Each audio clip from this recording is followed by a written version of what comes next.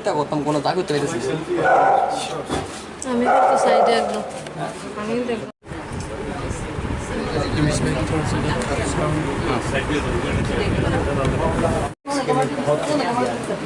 और कुछ करने का इरादा है फिर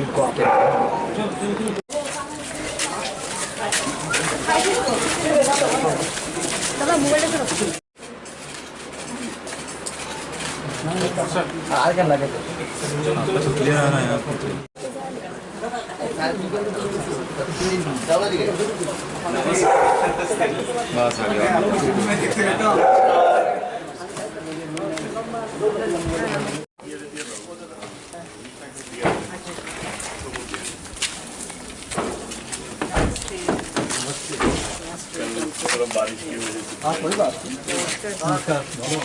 अरे शुरू से पुणे कौन करता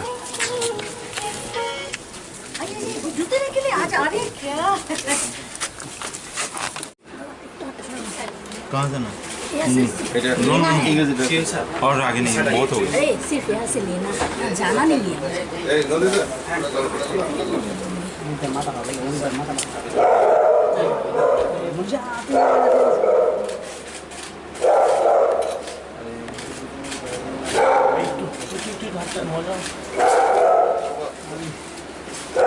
অ্যাকচুয়ালি আমি কালকে দুপুরবেলা শুনেছি যে বি নাড্ডাজি আমাদের বাড়িতে আসবেন। আমি তখন থেকে খুব টেনশনে, কারণ এত বড় ভিআইপি আমরা কখনো রিসিভ করিনি। হ্যাঁ, মোদিজির সাথে দেখা হয়েছে, এটা আলাদা ব্যাপার, কিন্তু বাড়িতে আসবে একজন এত বড় ভিআইপি, মানে আমাদের চিন্তার বাইরে ছিল। সত্যি খুব আনন্দ উপভোগ করছি যে এমন একজন লোক আমাদের বাড়িতে আজকে পদধূলি দিয়ে গেছে। আমরা সত্যি গর্বিত, এবং এইভাবে যে উনি আমাদের বাড়িতে আসবে, এত বড় একজন নেতা, আমরা কখনো চিন্তা করতে পারিনি। আমার মিসেসও খুব টেনশানে ছিল, আমার ছেলের বউ খুব টেনশানে ছিল।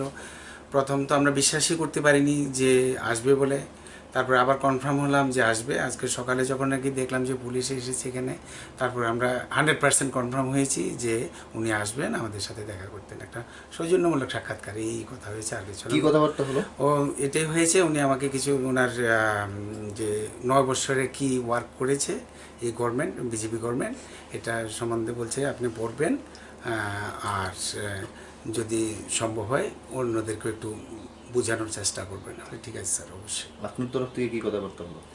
আমার তরফ থেকে আমরা ওয়েলকাম করেছি। স্যার আপনি এসেছেন, আমরা খুব আনন্দিত, মানে ভাবতেও পারিনি আপনার মতো লোক আমাদের বাড়িতে আসবেন। বলছে না না ঠিক আছে, আমরা তো যাই এরকম।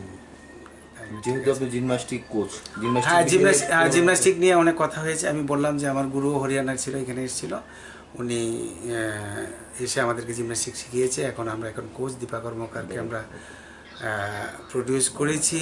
দীপা কর্মকারের কথা খুব প্রশংসা করলো, বললেন যে আপনি তো দেশের জন্য অনেক কিছু করেছেন, দেশের নাম করেছেন।